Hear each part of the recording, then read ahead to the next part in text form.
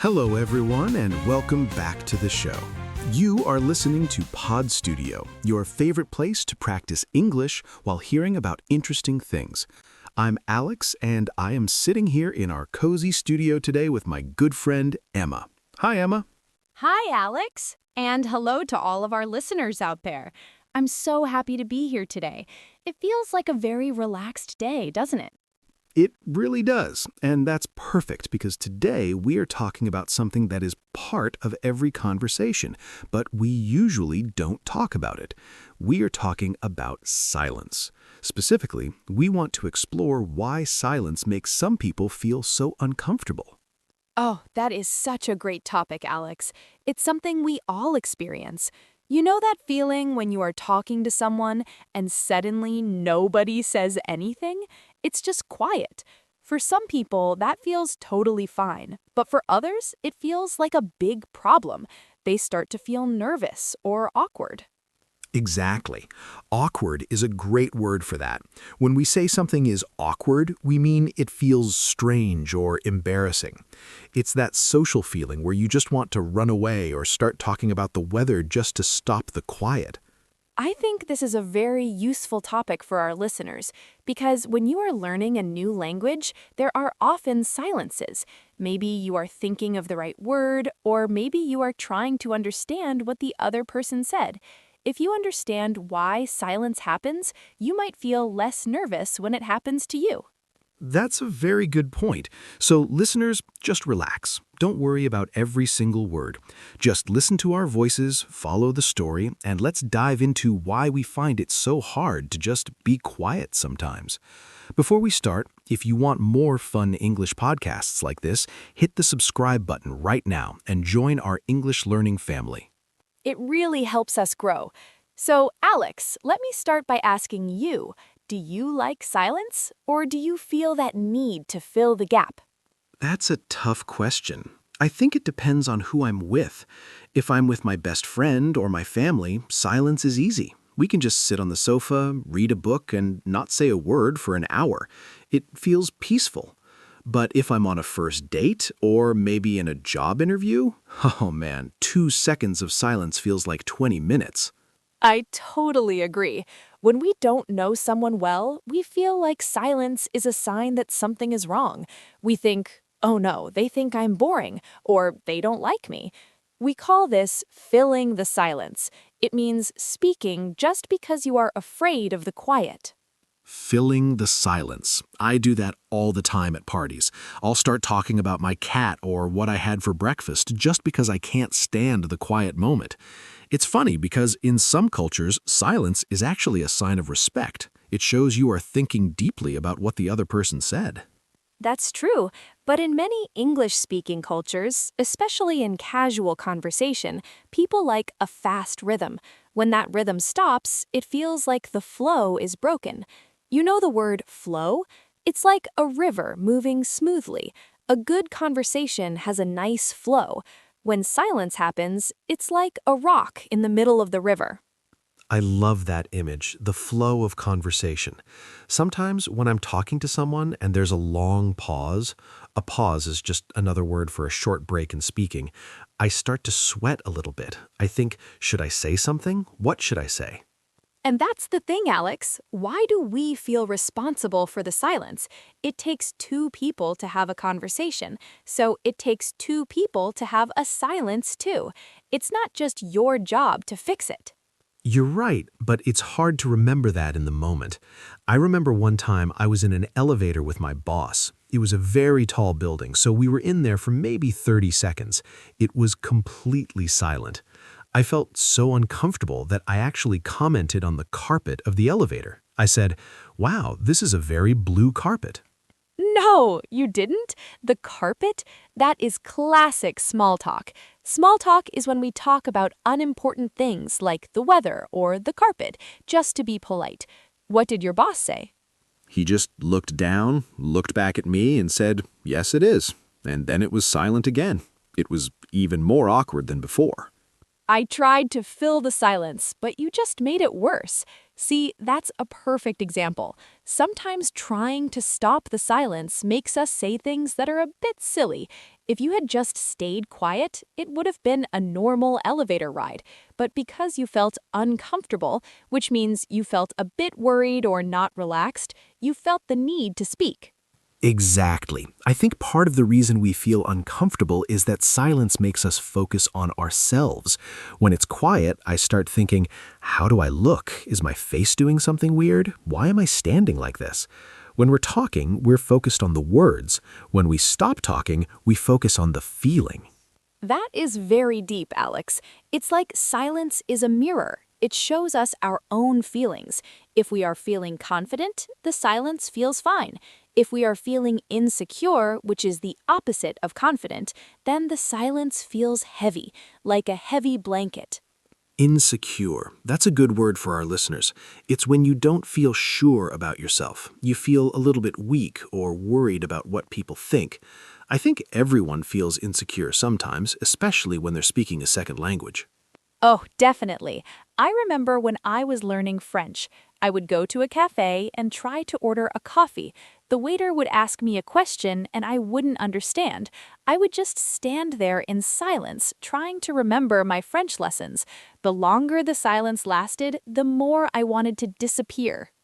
I've been there too. You feel like the whole world is watching you. But you know, Emma, I've realized something lately. Most of the time, the other person isn't thinking anything bad. They're probably just waiting patiently. You're right. We often overthink things. To overthink means to think about something way too much until you start imagining problems that aren't even there. We think the other person is judging us, but they might just be thinking about what they want for dinner. So true. Let's think about the different types of silence. Not all silence is the same. There's comfortable silence, like we talked about with friends. Then there's tense silence. Tense is when there's stress or maybe an argument, like if you're angry with someone and you both sit in the car without talking. Ugh, tense silence is the worst. You can almost feel the energy in the room. It's thick. We sometimes say, you could cut the silence with a knife. That's a common expression in English. It means the atmosphere is very heavy and everyone is feeling the stress. I've felt that. You could cut the silence with a knife. It's a very dramatic way to say it's very quiet, but very stressful. But then there's another kind, thoughtful silence. This is when someone asks you a very good question and you take a moment to think before you answer. I actually like that kind of silence. It shows that you are listening. If I ask you, what is your biggest dream in life, and you answer in half a second, it feels like you didn't really think about it. But if you are quiet for 5 seconds, I know your answer is going to be real. That's a great point for English learners. If someone asks you a question and you don't know the answer right away, it is okay to be silent. You can even say, let me think about that for a second. It gives you time to breathe. Yes, that is a great bridge phrase. A bridge connects two places. A bridge phrase connects two parts of a conversation. It fills the gap so you don't feel that awkward silence. Other phrases like, that's a good question, or, well, let me see, are very helpful. I use well, let me see all the time. It's like a magic trick. It gives my brain time to catch up with my mouth, because sometimes my mouth moves faster than my brain, and that's when I get into trouble. We all do that. But let's go back to why it's uncomfortable. Some psychologists say that as humans, we are social animals. We want to feel connected to the group. In the past, being part of the group meant safety. Silence can feel like a disconnect. It feels like the connection between two people is broken. So when we talk, we are sending signals saying we are okay, we are friends, we are connected. When we stop talking, the signal stops, and our brain goes, alert, alert, connection lost. Exactly. It's like the Wi-Fi going down. You start to panic a little bit. But we have to teach our brains that silence doesn't mean the connection is gone. It just means the connection is quiet. I like that. The connection is quiet.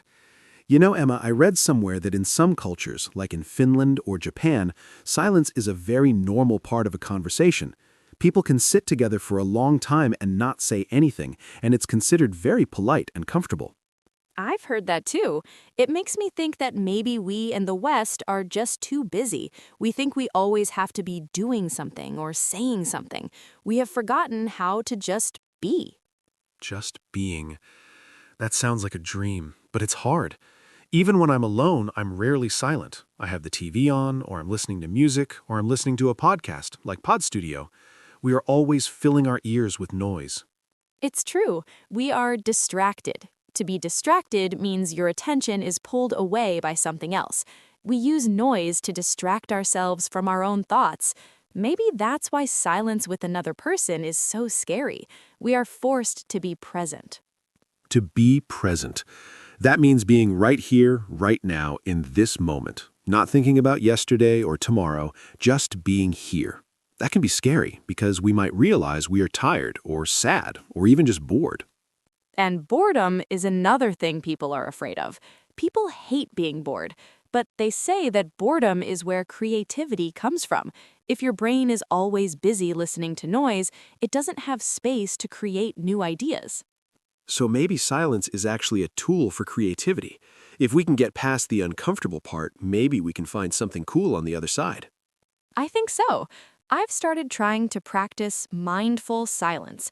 Mindfulness is a popular word these days. It just means paying attention to the present moment on purpose. So when I'm with a friend and a silence happens, instead of panicking and talking about the carpet, I just take a breath. I look at my friend and smile. I just let the silence stay for a moment. And does it work? Does it feel less awkward? It does. Most of the time, the other person relaxes too. They see that I'm not worried, so they don't feel worried. It's like I'm giving them permission to be quiet. Permission. That's like saying, it's okay to do this. I like that.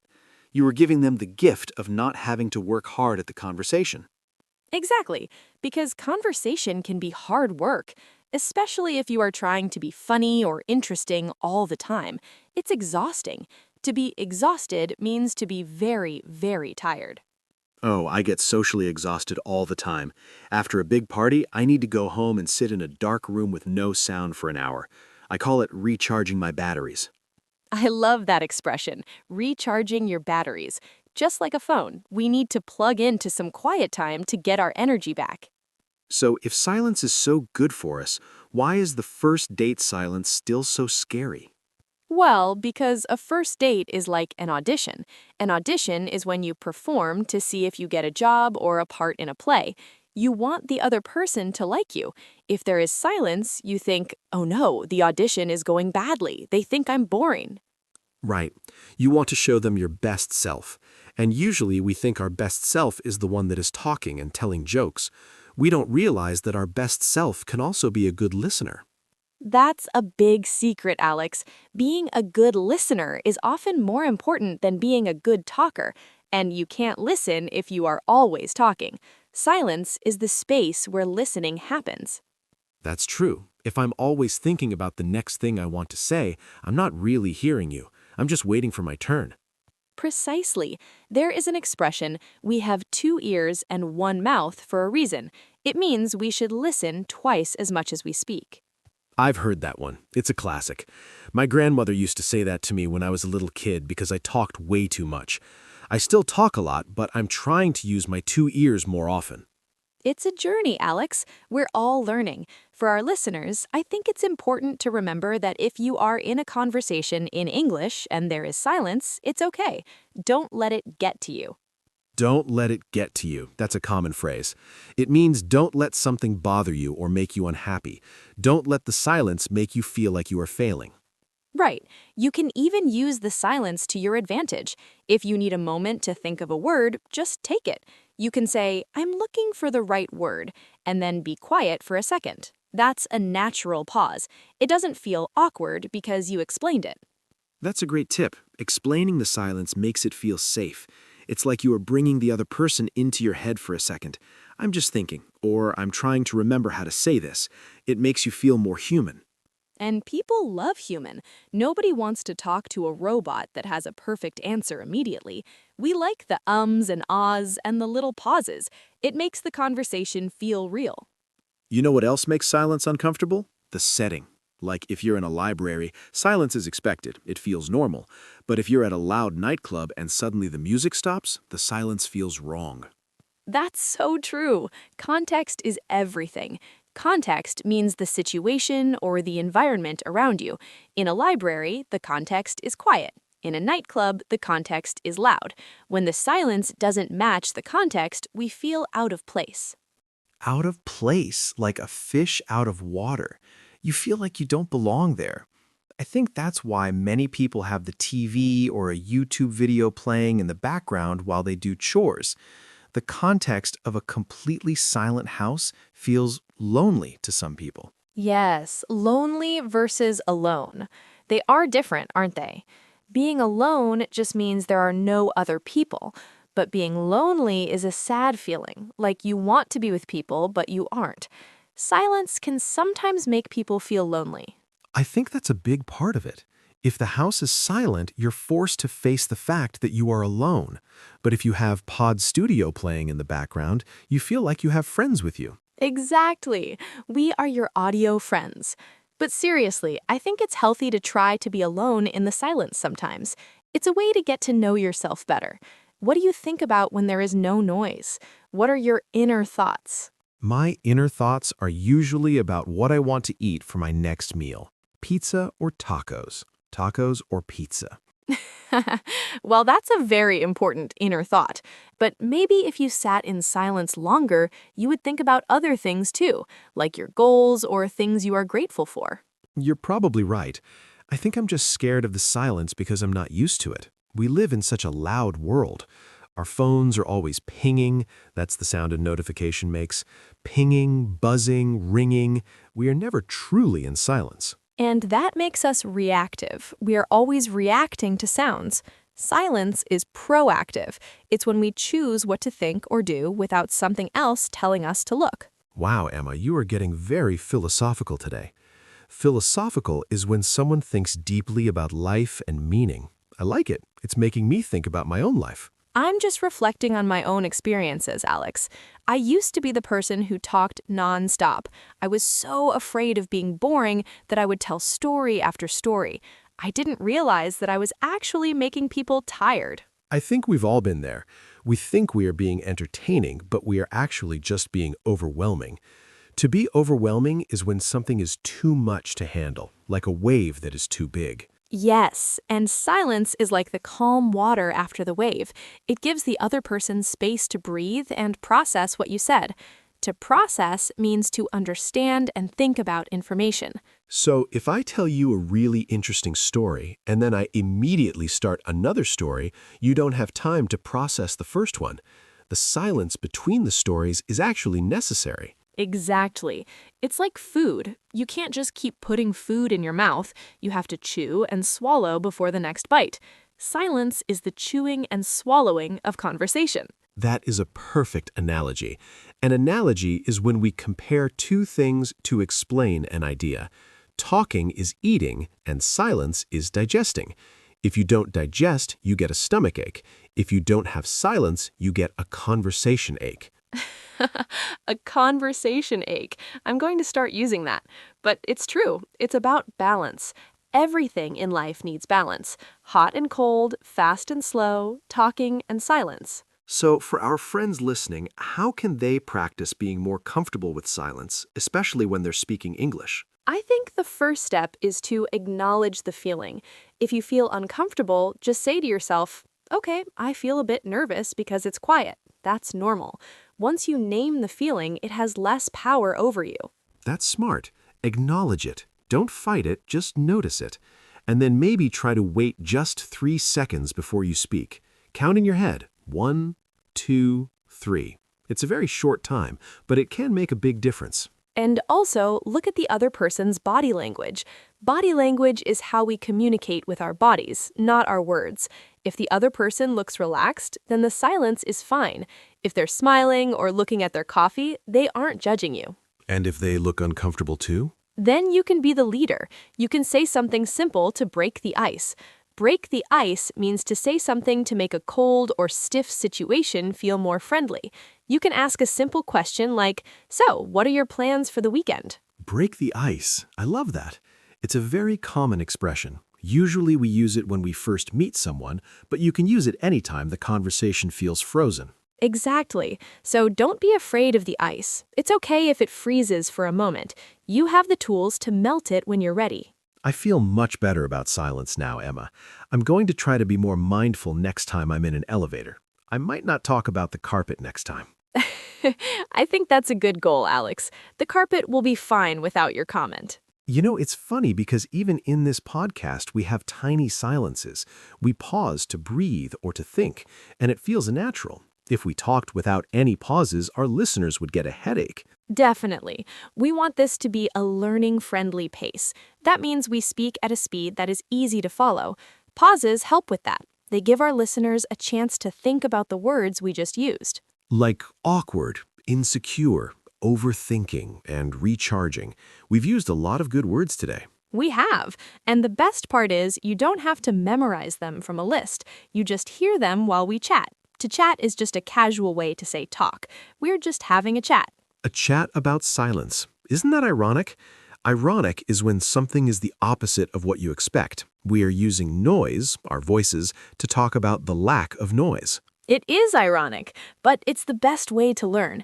I think we've covered a lot of ground today. We talked about why we feel nervous, the different types of silence, and how to handle it in a second language. We really did.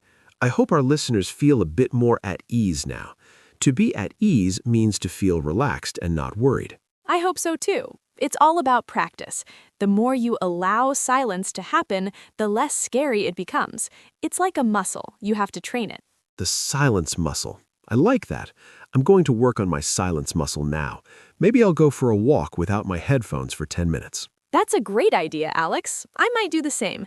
It's a beautiful day to just listen to the world. Well, Emma, it's been a pleasure as always. I really enjoyed our chat today. Me too, Alex.